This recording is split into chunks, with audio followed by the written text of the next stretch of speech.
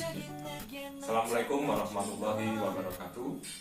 Halo mahasiswa dan mahasiswi ilmu komunikasi, khususnya peserta mata kuliah komunikasi multikultur kelas A, B, C, dan D. Kali ini kita akan membahas dan mendiskusikan materi tentang identitas budaya. Sebuah materi yang saya yakin sering Anda dengar, bahkan juga sering Anda ucapkan. Tapi pada kenyataannya banyak juga orang-orang yang mengucapkan kalimat tentang identitas atau kata tentang identitas itu tidak paham apa itu identitas. Saya mulai materi ini dari sebuah pertanyaan untuk Anda semua yang mungkin bisa Anda renungkan dan resapi lebih dalam, bahwa pertanyaan ini sebenarnya cukup simpel tetapi kadang sulit dijawab. Bahkan di kelas-kelas ketika saya masuk dalam media kelas offline di tahun-tahun sebelumnya, saya memberikan sebuah pertanyaan yang cukup menggelitik kepada mahasiswa. Ketika saya bertanya, siapakah Anda? Maka ketika itu, seketika semua terdiam. Banyak dari kita yang kemudian lupa atau bahkan blank ketika ditanya siapa diri kita. Hal ini sebenarnya menunjukkan seberapa jauh kita paham tentang identitas. Atau kita jangan-jangan lupa terhadap identitas yang kita punya. Atau jangan-jangan identitas kita sudah tercerabut dalam banyak pikiran atau dalam alam pikiran kita semua. Karena mungkin identitas yang kita punyai itu tidak menggambarkan identitas dari sesuatu yang kemudian real dari diri kita sendiri. Oke, saya mulai dari hal yang sangat teoritis, yaitu definisi. Ketika kita bicara identitas, maka banyak pakar merujuk pada salah satu scholar atau akademisi yang bernama Tim Tommy. Tim Tommy menjelaskan bahwa identitas itu adalah konsep diri.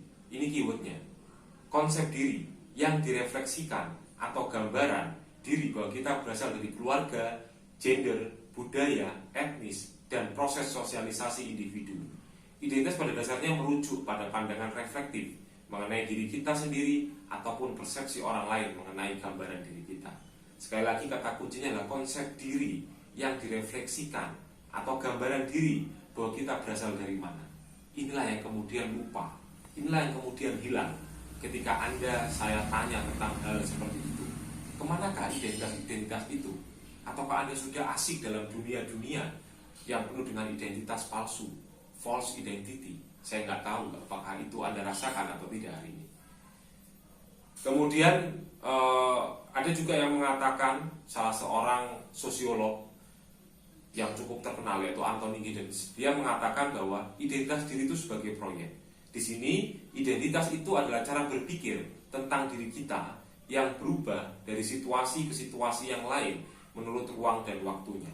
Itulah sebabnya Giddens menyebut identitas sebagai proyek. Yang dia maksud bahwa identitas itu merupakan sesuatu yang kita ciptakan. Proyek identitas membentuk apa yang kita pikirkan tentang diri kita saat ini dari sudut situasi masa lalu dan masa kini, bersama dengan apa yang kita inginkan, lintas harapan kita ke depan. Mungkin ini terlalu panjang, tapi poinnya adalah bahwa identitas itu adalah proyek diri kita. Pernah nggak kita berpikir atau ingat bahwa identitas yang kita miliki hari ini berbeda dengan identitas kita miliki 5 tahun yang lalu. Ketika Anda SMA, Anda menunjukkan identitas seperti A, B, C. Ketika kuliah, identitas itu kemudian berubah. Bahkan ketika Anda bekerja atau punya keluarga, maka identitas yang muncul dalam diri Anda akan berubah. Pernah nggak berpikir seperti itu? Coba pikirkan dan renungkan. Saya yakin Anda semua pasti akan mengangguk-angguk ketika nonton video ini. Karena itu adalah refleksi dari diri kita. Kita semua, bahkan seluruh orang di dunia hari ini, memberikan sebuah titik poin bahwa identitas adalah proyek diri. Bahwa saya yang sekarang tidak sama dengan saya yang dulu, dan saya yang akan datang. Itulah menurut Anthony Giddens. Saya pikir ini tidak perlu kita perdebatkan panjang lebar, karena saya yakin Tim Tommy ataupun Anthony Giddens menelurkan teori ini dari sebuah riset yang panjang. Baik, kita lanjutkan bahwa pada akhirnya konsep diri yang tentang kita itu disebut sebagai identitas diri. Jadi sesuatu yang tentang diri kita itu disebut sebagai identitas diri. Sedangkan sesuatu yang sifatnya merupakan konstruksi sosial dan dipercaya oleh orang banyak itu adalah identitas sosial. Oke, Sebelum kita masuk lebih lanjut, bahwa kemudian pertanyaan-pertanyaan di awal tadi yang mengatakan bahwa identitas kenapa kemudian kita hilang, kenapa kemudian identitas itu menjadi sesuatu yang kemudian kita lupa, atau mungkin kita tidak bisa menjawab pertanyaan di awal tadi. Ternyata kata kuncinya adalah media sebagai social construction. Karena hari ini media lah yang kemudian membentuk identitas kita. Media lah yang kemudian mengkonstruksi siapa kita. Media lah yang kemudian membentuk berbagai hal yang membuat kita percaya bahwa itulah diri kita yang sebenarnya. Padahal bisa jadi itu adalah identitas yang di-create oleh media agar kita mempunyai identitas yang pada akhirnya akan berujung pada yang namanya konsumerisme atau masyarakat konsumtif. Ini juga terkait bagaimana kemudian bicara politik identitas, yang saya pikir ini sesuatu yang sangat cukup berat ketika kita pahami tentang politik identitas. Tapi pada intinya, ketika kita bicara politik identitas, maka itu sesuatu yang sangat politis, di mana Stoddard mengatakan bahwa identitas itu terbentuk dalam berbagai representasi, alih-alih mencerminkan siapa kami atau dari mana kami berasal. Identitas lebih baik digambarkan sebagai bagaimana kami mungkin menjadi dan bagaimana kami telah direpresentasikan, dan bagaimana hal itu berkaitan dengan bagaimana kami mungkin merepresentasikan diri. Artinya, ketika kita bicara identitas, itu sebenarnya kita bicara dari mana kami berasal. Identitas lebih baik digambarkan sebagai bagaimana kami mungkin menjadi, dan itu semua di-create oleh media. Itu menurut si Stoddard. Saya pikir ketika kita bicara politik identitas Stoddard, banyak hal yang harus kita pelajari, dan saya pikir itu akan sangat memakan waktu yang cukup lama. Kemudian kita kembali lagi bahwa menurut Turner, klasifikasi identitas dibagi menjadi 3, yaitu identitas manusia, identitas sosial, dan identitas pribadi. Saya tidak akan bicara identitas sosial dan identitas pribadi karena sudah saya clearkan di awal bahwa identitas pribadi itu sesuatu yang terkait dengan diri kita, sedangkan identitas sosial adalah sesuatu yang kemudian terkait dengan apa yang orang lain pikirkan tentang diri kita. Sedangkan identitas manusia itu merupakan pandangan yang menghubungkan Anda dengan seluruh manusia dan memisahkan Anda dari kehidupan yang lain. Artinya, hari ini banyak orang yang sudah kehilangan identitas sebagai manusia. Kalau Anda lihat di beberapa tayangan di YouTube, banyak sekali orang ingin atau tidak ingin menjadi manusia. Contoh, banyak orang yang kemudian membuat tubuhnya menjadi seperti reptil atau bahkan menjadi harimau. Nah, artinya jangan sampai kita menjadi orang-orang yang seperti itu.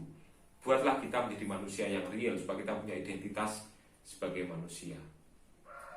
Oke, ini ada identitas yang mungkin Anda miliki. Ada identitas ras, etnis, gender, nasional, regional, organisasi, pribadi, bahkan identitas dunia maya dan identitas khayalan. Identitas ras jelas, antropolog membagi menjadi 3, bahwa kita punya identitas Mongoloid, Kaukasoid, Negro. Anda masuk yang mana? Ketika kita ada di wilayah Indonesia, maka kita kebanyakan adalah identitas kita, ras kita adalah Mongoloid. Ya. Etnis, apa kita etnis dari mana? Bosque kalau di Spanyol, ada Kurdi, ada etnis Roma. Identitas gender jelas, apakah Anda feminin atau maskulin. Tapi saat ini ada juga yang identitasnya masih abu-abu, artinya bisa jadi di antara maskulin atau feminin. Tapi itu fenomena yang terjadi di masyarakat hari ini. Ada identitas nasional yang menunjukkan kewarganegaraan kita. Bagaimana kemudian identitas ini juga sangat menyentuh aspek nasionalisme kita. Banyak pemain sepak bola menangis terseduh-seduh ketika mereka menyanyikan lagu Indonesia Raya, atau ketika mereka melihat berkibarnya sang merah putih. Artinya ini kita bicara masalah identitas nasional. Ada identitas regional yang mengatakan bahwa saya Jogja, kamu Solo, kamu Surabaya. Ada batasan-batasan wilayah yang itu membuat kita punya identitas regional. Kemudian ada identitas pribadi seperti yang tadi. Nah, yang menarik adalah hari ini ada yang namanya identitas dunia maya. Internet itu memungkinkan seseorang untuk memilih dan mempromosikan apa yang mereka pikirkan mengenai sisi positif dari diri mereka dan menghilangkan sisi negatif. Sekarang saya tanya pada diri Anda sendiri, pernahkah Anda melihat teman Anda menampilkan aspek negatif dirinya dalam media sosial? Saya pikir itu hal yang sangat jarang. Maka nggak mungkin kita bisa melihat itu. Dan kemudian tak jarang kita melihat banyak teman-teman kita tidak menampilkan foto dirinya, tapi menampilkan foto-foto yang lain yang kemudian itu menunjukkan aspek-aspek positif. Itu yang disebut sebagai identitas fantasi. Banyak orang dari kita yang kemudian menampilkan foto profil Naruto, Cristiano Ronaldo, bahkan Lionel Messi, tapi tidak percaya diri bahwa kita menampilkan foto kita sendiri. Artinya itu adalah identitas fantasi dalam dunia maya. Bahkan parahnya, banyak anak-anak muda sekarang yang jatuh cinta pada orang lain karena melihat sosok di profilnya. Setelah ketemu mereka langsung kecewa. Kan ternyata itu hanya identitas fantasi. Yang asli jauh lebih luar biasa daripada aslinya. Itulah yang terjadi, bagaimana identitas itu muncul dalam diri kita. Nah, saya sebenarnya juga ingin mengatakan di sini identitas itu berubah dari era ke era. Saya ingin menunjukkan kepada Anda bahwa identitas itu berubah dari era ke era.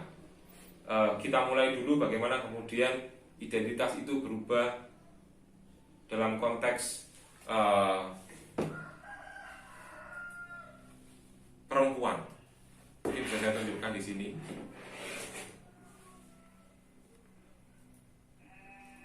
Ini adalah, kita lihat ya, ini adalah sosok perempuan ketika di tahun 70-an. Kita lihat di tahun 70-an bagaimana kemudian sosok perempuan itu masih digambarkan dalam konteks yang sangat primitif, bahwa perempuan itu adalah sesuatu yang jargon-jargon gitu ya. Ya, jargon 3M lah ya. Ya seperti itu, bahwa kemudian perempuan selalu melayani suami di rumah dan lain sebagainya. Ya ini contoh bagaimana iklan ketika itu. Kemudian berkembang di tahun 80-an sampai 90-an. Bagaimana kemudian ketika itu perempuan dikondisikan bahwa perempuan adalah seseorang yang sangat family, sangat punya unsur-unsur kekeluargaan. Dia kemudian hitam manis. Kita lihat bagaimana sosok style rambutnya yang seperti itu. Pasti Anda ingat bagaimana ibu dan tante Anda ketika di era-era itu. Kemudian berkembang. Bagaimana kemudian perempuan di tahun 90-an identitas itu kemudian berkembang. Perempuan yang cantik adalah perempuan yang kemudian rambutnya mengembang dan lain sebagainya. Sehingga Anda nggak salah atau Anda mungkin nggak perlu ketawa ketika melihat sosok ibu Anda itu rambutnya ngembang-ngembang ketika itu, atau tante Anda atau nenek Anda. Nah, karena memang idealnya ketika itu perempuan yang ideal itu seperti ini. Lipstik masih sangat menor dan lain sebagainya. Nah, kita lihat ada perkembangan di tahun 90-an. Ini adalah sosok Desi Ratnasari. Perempuan yang ideal adalah perempuan yang kemudian seperti inilah idealnya. Sehingga kita bisa melihat dulu ibu-ibu kita selalu, atau tante kita itu sering menggelung rambutnya karena untuk mengembangkan seperti Desi Ratnasari. Kemudian itu perubahan itu muncul dan berkembang di era awal 2000-an, bahwa perempuan yang ideal adalah perempuan yang seperti ini. Jadi memakai baju hem, meskipun bekerja di rumah tapi dia juga bisa bekerja di sektor pabrik. Nah, identitas itu kemudian berkembang seiring perkembangan zaman. Oke, itu untuk yang identitas perempuan. Kemudian kita harus bicara identitas laki-laki. Nah, masih ingat boyband ini? Nah, ini adalah bagaimana style laki-laki yang ideal ketika tahun 80-an. Ya, jadi Anda nggak usah ketawa kalau bapak Anda dulu style rambutnya seperti ini, karena emang ketika itu rujukannya seperti itu. Nah, ini yang untuk penggemar Westlife. Di tahun 2000-an, bagaimana kita bisa melihat style-style laki-laki yang ideal itu yang seperti ini gitu ya. Nah, ini bagaimana digandrungi oleh remaja ketika itu. Dan kemudian, nah ini adalah di tahun 2000-an. Pasti Anda ketika nonton video ini ketawa terbahak-bahak. Mungkin ini idola Anda ketika SMP atau SMA. Lagunya cuma satu kata, yes, yes, yes. Ini adalah orang-orang Korea yang kemudian mengeruk atau mencari ceruk pasar di Indonesia ketika itu. Dan ini adalah dan berikutnya adalah band yang kemudian cukup fenomenal di awal 2000-an, dan mungkin Anda adalah salah satu fansnya sampai menjerit-jerit ketika band ini kemudian muncul. Nah, ini adalah salah satu band yang cukup fenomenal. Anda yang saya yakin ketika nonton film ini pasti akan tersenyum-senyum sendiri. Oke? Nah, kenapa saya mempertontonkan gambar-gambar ini? Saya ingin menunjukkan pada Anda bahwa identitas itu, setelah kita bicara definisi tadi, bahwa identitas itu ternyata cair, bisa berkembang, bisa berubah. Artinya identitas yang ideal hari ini belum tentu ideal untuk Anda 10 atau 5 tahun yang akan datang. Saya pikir itu pembahasan saya tentang identitas. Semoga ini bisa memberikan insight untuk Anda setelah membaca jurnal ataupun PPT saya kemarin. Saya harap setelah ini akan banyak muncul pertanyaan dari Anda untuk menunjukkan bagaimana rasa ingin tahu Anda terhadap kajian identitas dalam masyarakat yang multikultur. Jelasnya, dalam konteks masyarakat multikultur, dalam komunikasi multikultur, identitas punya peranan yang cukup penting. Ketika kita melihat banyak masyarakat berbeda budaya, maka di sana banyak identitas. Dan ketika di sana ada media, bisa jadi masyarakat yang multikultur punya identitas yang sama, karena media yang ditonton adalah sama. Saya pikir itu salah satu stimulan saya untuk memantik diskusi kita. Saya harap banyak diskusi nanti di forum-forum yang sudah saya buatkan di learning. Tetap jaga kesehatan, tetap bugar, dan tetap olahraga di rumah. Salam olahraga. Wassalamualaikum warahmatullahi wabarakatuh.